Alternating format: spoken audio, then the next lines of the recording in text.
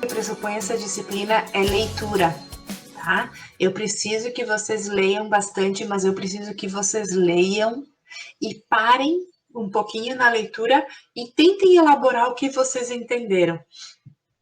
É um exercício que ajuda bastante, porque vocês sabem que compreender é desenvolver habilidade. E a gente só. E como é que a gente faz para desenvolver uma habilidade? Só praticando.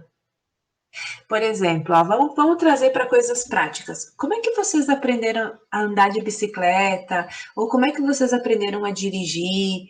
Como é que a gente aprende isso? É olhando o manual? Não. Eu preciso fazer o quê? Eu preciso praticar. Eu tenho que tentar 1, 2, 3, 4 vezes. E na primeira vez que eu erro, se eu parar e desistir, eu não vou conseguir. Então, o que eu tenho que fazer? Compreender pressupõe um processo cognitivo. Esse processo cognitivo, ele está associado a vários aspectos, desde a questão linguística, questão lógica, questão estratégica. Então, tudo isso a gente vai desenvolver aqui. Só que para desenvolver isso, eu preciso praticar. Para eu praticar, eu preciso ler. E, além de ler, porque ler só não é compreender. Eu posso decodificar. A leitura pode ser uma decodificação. Mas quando eu leio e compreendo, é porque eu desenvolvi essa habilidade. Então, pode ser que muitas vezes não seja nem questão de foco, é só não ter desenvolvido essa habilidade de ler e parar um pouquinho e dizer assim, ó, bah, mas isso aqui quer dizer isso, então eu entendi isso aqui. E outras coisas, tem muita manha de banca, tá? O Enem, você sabe como é que são as questões do Enem. As questões do Enem, eles contratam, fazem um edital, contratam professores e elaboram as questões. Essas questões vão para um banco, né? De acordo com os parâmetros. Então, não é uma pessoa só que faz, são vários professores. E aí, muitas vezes, tem os distratores que a gente tem que enxergar, tem a manha, né? Do enunciado, das palavras. Então, isso tudo a gente vai tentar resolver e trabalhar aqui, tá? Trouxe para vocês algumas definições de leitura, ó, que vai dizendo a leitura é uma atividade na qual se leva em conta as experiências e os conhecimentos do leitor. A leitura de um texto exige de um leitor bem mais do que conhecimento do código linguístico. Quando a gente diz código linguístico aqui, a gente está falando da gramática, né? Está falando das questões gramáticas da língua, ó. Uma vez que o texto não é simples produto da decodificação de um emissor a ser decodificado por um receptor passivo. O leitor nunca é um receptor passivo. A gente sempre tem interação na leitura. A gente sempre tem o nosso olhar, o nosso conhecimento sobre o texto lido. Diz também que a leitura é um processo no qual o leitor realiza um trabalho ativo e não passivo, ó, de compreensão e interpretação do texto, a partir dos seus objetivos, do seu conhecimento sobre o assunto, sobre o autor, que é muito importante, tem muitas questões que a gente consegue resolver só sabendo questões sobre o autor, e o que a gente sabe sobre linguagem. Não se trata de extrair informação decodificando letra por letra, palavra por palavra. Trata-se de uma atividade que implica estratégia de seleção, antecipação, inferência e verificação. Voltar para o texto para ver se está correto, sem as quais a gente não é proficiente.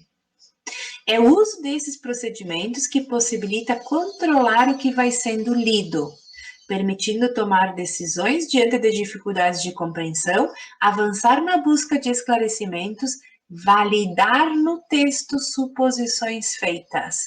De onde é que foi tirado esse texto aqui? Do documento, ó, que a gente tem do governo federal, certo? Que foi criado lá em 1998. Desse documento que eles têm que tá usando, ele é usado hoje para as questões do Enem. Então, olha o que eles querem em todas as questões do Enem. O que eles querem? É português, é matemática, é ciências, linguagens, é em tudo, ó. O que eles querem? Saber se o aluno, se o estudante, né, consegue ter estratégias de seleção, antecipação, inferência e verificação, para ver se ele é proficiente, ó, se ele sabe ler. Proficiente aqui quer dizer se ele sabe ler. Então, esses procedimentos aqui, se você consegue fazer isso, você vai fazer o quê? Vai tomar decisões diante da dificuldade de compreensão, avançar na busca e validar no texto as suposições. Então, é isso que o Enem quer, tá? Bom, aqui a gente tem, então, compreensão e interpretação. Muitas vezes, a maioria das pessoas acha que compreender é a mesma coisa que interpretar. Na verdade, a interpretação, ela é diferente da compreensão, porque diz respeito ao ato de perceber o que o autor quis dizer. E assim retirar sentidos da produção textual. E aqui a gente vai ver quais são os tipos de interpretação e os tipos de compreensão. As palavras que nos ajudam a entender. Será que eu tenho que encontrar no texto, que a compreensão é mais para o texto e a interpretação, eu tenho que buscar o que o autor estava mostrando, né? Então, a interpretação de texto mostra a capacidade de entender o texto como algo pertencente à realidade. Muitas vezes a interpretação ela tem a ver com a intertextualidade. Dentro do texto vai me fazer referência a outro texto, isso que é intertextualidade. Tem inferência? Sim. Tem inferência na compreensão? Também tem, né? Mas é muito mais entender o que o autor está mostrando, que vai além do texto aqui, a interpretação, eu faço a leitura, vejo que eu, né, percebo que é, e eu tenho que ir um pouquinho além. E aqui a gente tem que cuidar para não cair naquela velha questão de extrapolar, tá? Que é diferente de interpretar. Isso aqui tem que cuidar, para não ir além daquilo que está mostrando, tá? Então, compreender, voltando àquilo que eu disse, né, é uma atividade colaborativa de interação. A compreensão também é um exercício de convivência sociocultural. E aqui, quando é sociocultural, é eu ter noção e saber as questões socioculturais, né? Variação linguística, questões sociais que aparecem no texto, principalmente no Enem, elas estão muito marcadas com isso. Agora vamos passar para os tipos de perguntas, para eu entender quais são os tipos de perguntas que podem aparecer. Ó, eu tenho perguntas de análise. Lá no banco de questões vão ter perguntas de análise, eu vou ter perguntas de inferência, eu vou ter perguntas de síntese e vou ter perguntas sobre estratégias discursivas. O que é uma pergunta de análise? Servem para avaliar a capacidade de estabelecer os diferentes componentes textuais. Por exemplo, ideia principal, ideia secundária. Né? A pergunta de análise, muitas vezes, é aquela pergunta de acordo com o primeiro parágrafo, ou segundo o texto,